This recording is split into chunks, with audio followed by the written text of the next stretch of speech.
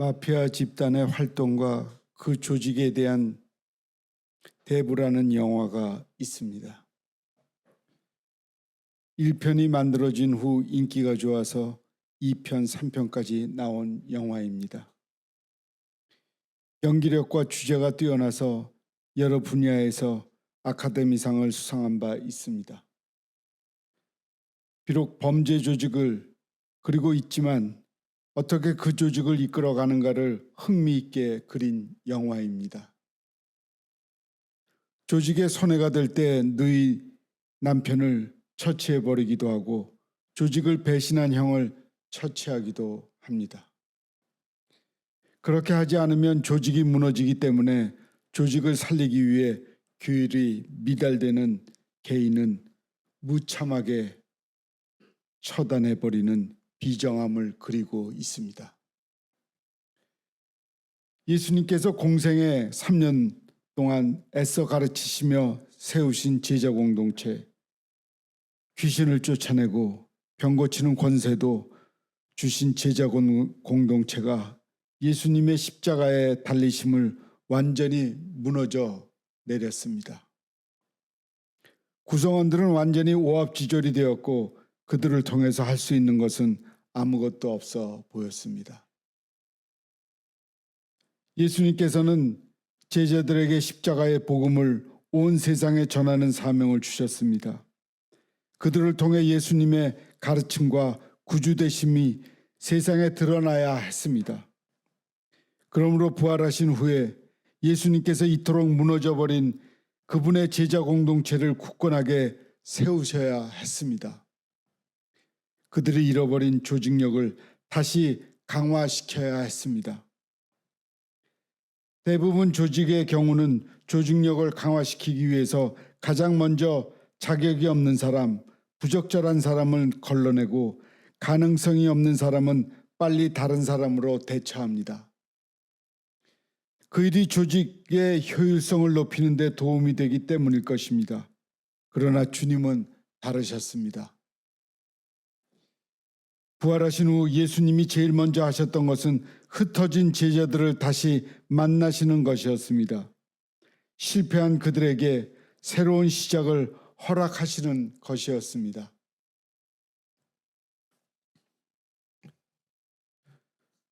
주님의 관심은 조직이 아니라 사람이었기 때문입니다. 조직을 살리기 위해 배반한 제자들을 모두 포기하시고 새로운 사람들을 뽑는 것이 마땅해 보이지만 주님은 스스로 목숨을 끊는 가룟 유다를 제외하고는 모든 제자를 만나셨습니다. 어쩌면 유다도 자살하지 않았더라면 주님은 그에게도 용서를 베푸시고 만나셨을 것입니다. 이처럼 주님의 관심은 사람이었습니다. 사람이 변하면 조직은 변합니다. 사람이 바로 되면 조직은 바로 됩니다. 그리고 주님은 제자들을 변화시키기 시작하셨습니다. 실패한 제자들이었지만 여전히 기준 미달인 제자들이었지만 부활하신 주님은 계속해서 흩어져 버린 제자들을 만나셨습니다. 그들은 주님을 배신하였지만 주님은 그들에게 눈을 돌리지 아니하시고 도리어 그들이 있는 곳에 친히 찾아가셨습니다. 부활을 친히 목격한 증인들의 말을 믿지 못하고 무서워 문을 걸어 잠그고 고민에 빠져 있는 그들을 찾아가서 만나셨습니다. 그리고 주님의 이러한 일들을 통해 제자들 안에는 다시 믿음이 자라나기 시작했습니다. 하지만 이러한 과정 속에서도 낙오자가 있었습니다. 어느 공동체나 뒤처져 있는 사람이 있고 늘 기준에 미달되는 사람이 있습니다. 예수님의 제자 공동체도 마찬가지였습니다. 11명의 제자들 중에 10명의 부활하신 주님을 만난 후에 온전히 부활신앙을 갖게 되었지만 그 자리에 없었던 도마는 그렇지 못했습니다. 오늘 본문 24절입니다. 12제자 중에 하나로서 디두모라 불리는 도마는 예수께서 오셨을 때 함께 있지 아니하니라. 도마는 무슨 이유였는지 모르지만 함께 있던 그 자리에 없었고 결국 부활의 신앙을 갖지 못하고 의심 가운데 서 있었습니다.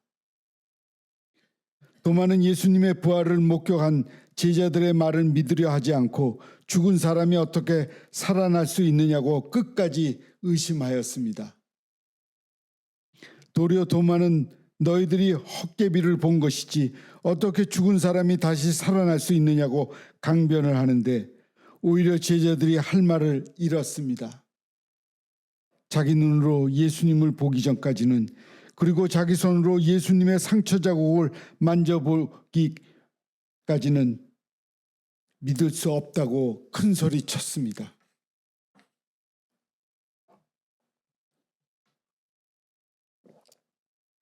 도마는 자신도 모르는 사이 제자 공동체에서 낙오가 되고 있었습니다.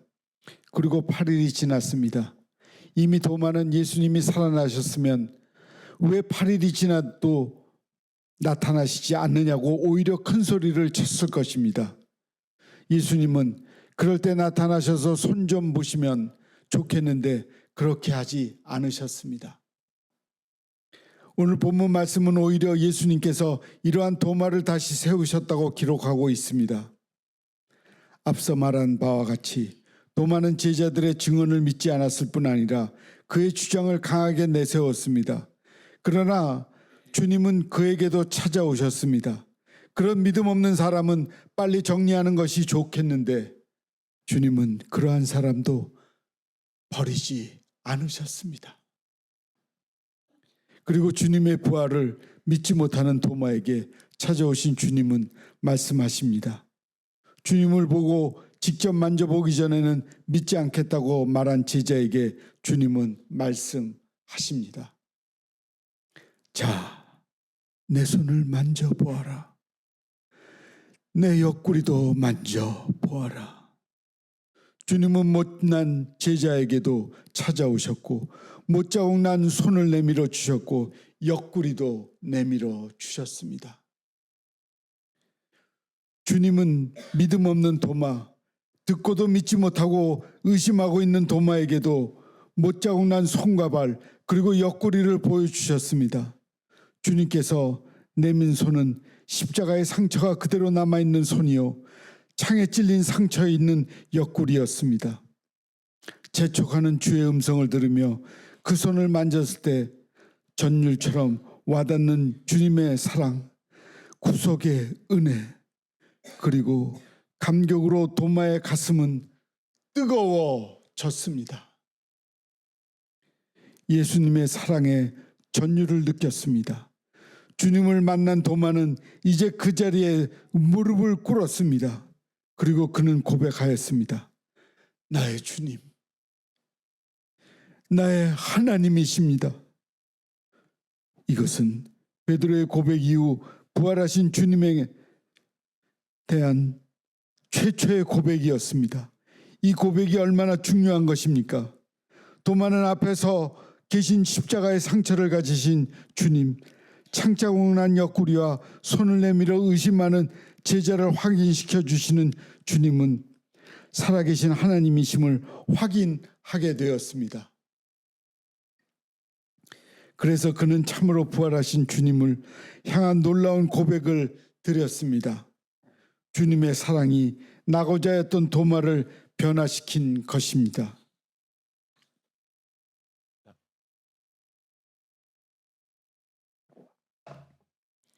주님의 의심하던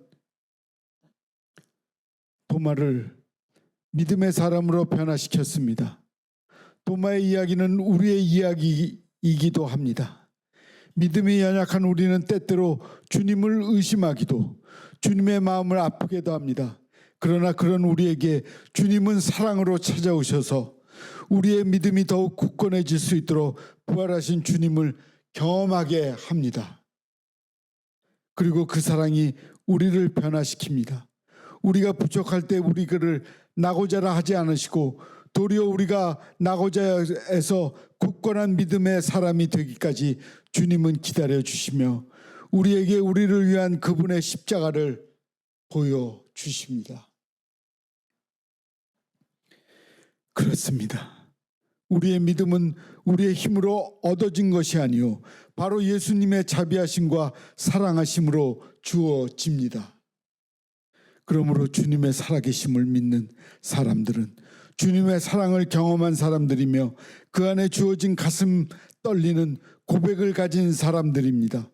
그분이 주인 되심을 고백하는 사람들입니다. 여러분에게 그 사랑의 경험이 있습니까? 그렇다면 이제 예수님의 주님 되심을 고백할 때입니다. 11세기에 영국에는 왕관을 쓰지 않는 괴짜 왕이 있었습니다. 카누트 황제는 신하들이 자기를 지나치게 찬양하고 신격화하는 것을 싫어했습니다. 그는 하나님을 신실하게 섬기는 사람이었기 때문에 그래서 어느 날 신하들에게 그의 왕자를 해변에 옮기게 했습니다.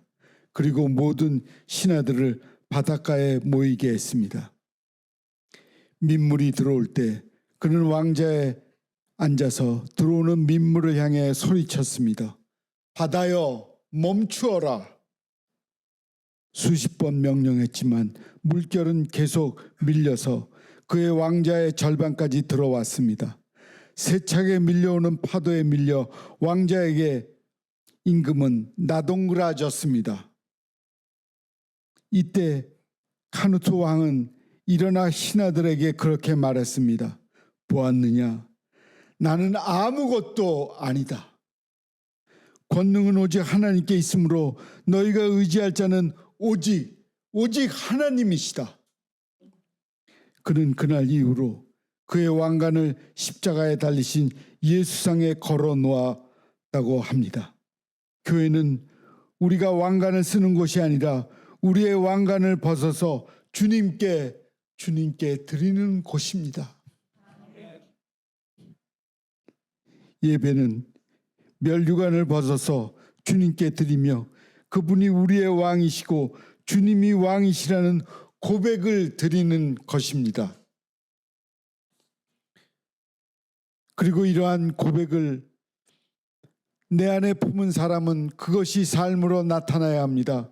고백이 있어도 삶이 없으면 소용이 없습니다. 고백에 걸맞는 삶이 있어야 합니다. 예배는 여기에서 시작됩니다. 신앙생활은 여기에서 시작됩니다. 왜? 주님이 주인이라고 하면서 모든 것이 주의 것이요 나는 잠시 빌려다 쓰고 가는 청직이라는 것을 고백하면서도 왜 주인 행세를 하며 사는 것입니까? 내가 주인이 아닙니다. 주님께서 부르시면 모든 것을 내려놓고 가야 합니다. 지금부터 그 훈련이 되지 않으면 바른 신앙생활이 되지 않습니다. 그런 삶을 사는 곳이 천국인데 그 훈련이 되지 않으면 천국에서 삶도 온전히 살 수 없습니다. 러시아의 문호 푸시킨이 쓴 작별이라는 시를 수십 번 읽었습니다.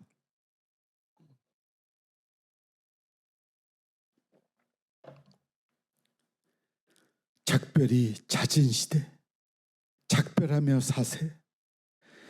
작별이 잦은 시대, 작별을 해놓고 살아가세. 작별이 올 때 아쉬움이 없도록 작별을 해놓고 살아가세. 우리들끼리만 서로 사랑하지 마오. 우리만 너무 사랑하지 마세. 하나님이 질투하시니까. 영원한 작별이 올 때 미련 없이 갈 수 있도록 작별을 해놓고 살아가세. 작별이 없으면 만남의 기쁨이 없고 작별이 없으면 영원한 삶이 없어. 세상도 작별하고 사랑도 작별하고 나와도 작별하고 사세. 주님이 부르시는 작별이 올 때 나를 더 머물도록 애쓰지 마오. 작별이 올 때 웃으며 가도록 작별을 준비해 놓고 살아가세. 이 시에서는 우리가 대장이 아니라 고백과 하나님이 허락하시는 세계에 대한 확고한 고백이 서려 있습니다. 그러므로 그는 어떤 누구보다도 주님만 두려워했고 주님만 섬기는 삶을 살아갔습니다. 사랑하는 성도 여러분, 도마가 주님의 못자국난 손과 찔린 옆구리를 떨리는 손으로 만지며 감격의 무릎을 꿇을 때 주님은 그에게 말씀하셨습니다. 믿음이 없는 자가 되지 말고 믿는 자가 되라. 이 말씀이 무엇을 의미합니까? 주님의 부활에 대한 확신을 가지고 하나님의 일꾼으로 살아가라는 말씀입니다. 주님은 도마를 하나님의 일꾼으로 불러놓고 계십니다. 어두운 세상에 십자가의 복음을 전하도록 하기 위한 부르심이며 깨우쳐 주심입니다. 주님은 믿음이 연약했던 제자들, 그 중에 나오자 했던 도마까지도 십자가의 복음과 예수 그리스도의 사랑을 전하도록 세우셨습니다. 이제 주님은 오늘 우리에게도 말씀하십니다. 믿음 없는 자가 되지 말고 믿는 자가 되어라. 부활의 기쁨을 누린 우리에게 이제 하나님의 일꾼의 인생이 요구됩니다. 그 길을 걸어갑시다. 예수님의 사랑 안에서 연약했던 믿음과 의심의 마음을 떨치고 부활의 확신을 가지고 십자가 복음과 하나님의 뜻을 전하며 살아갑시다. 그럴 때 우리의 모든 걸음을 통해 하나님의 나라가 확장될 것입니다.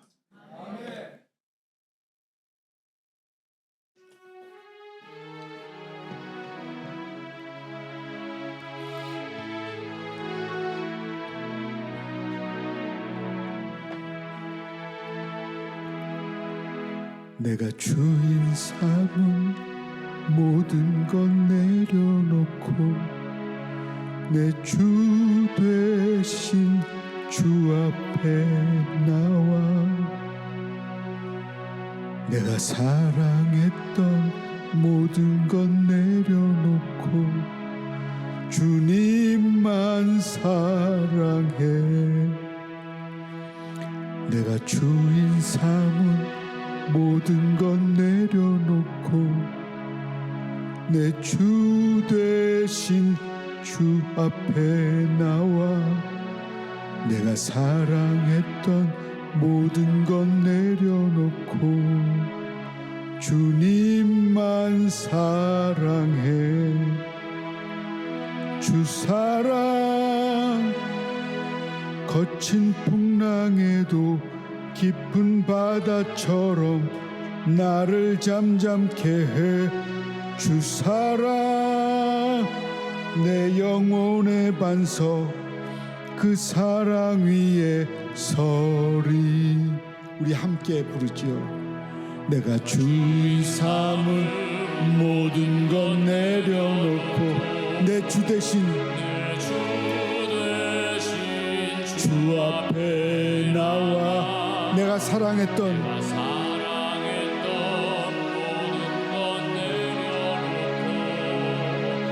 주님만 사랑해. 내가 주인 삼은 모든 것 내려놓고 내 주 대신 주 앞에 나와 내가 사랑했던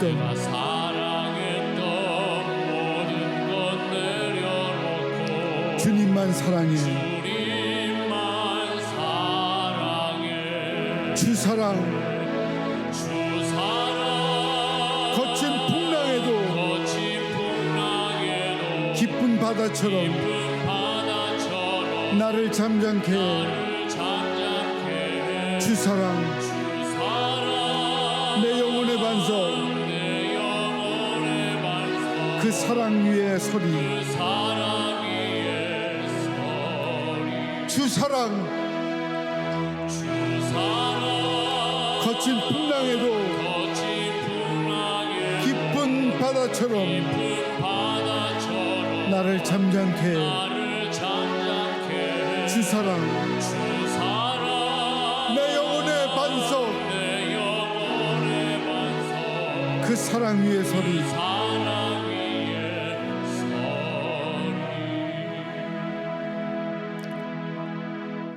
기도하겠습니다.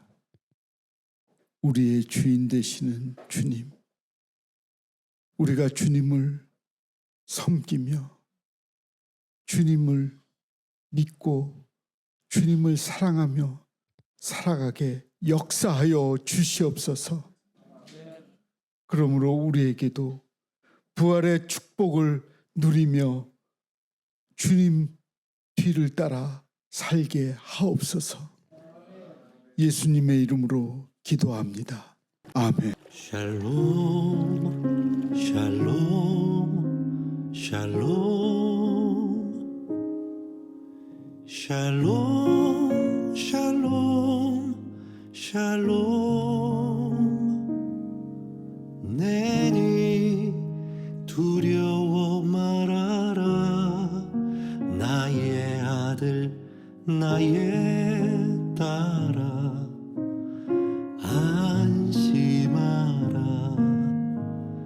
샬롬 샬롬 샬롬 샬롬 샬롬 샬롬 나의 평안을 주노라 세상과는 다른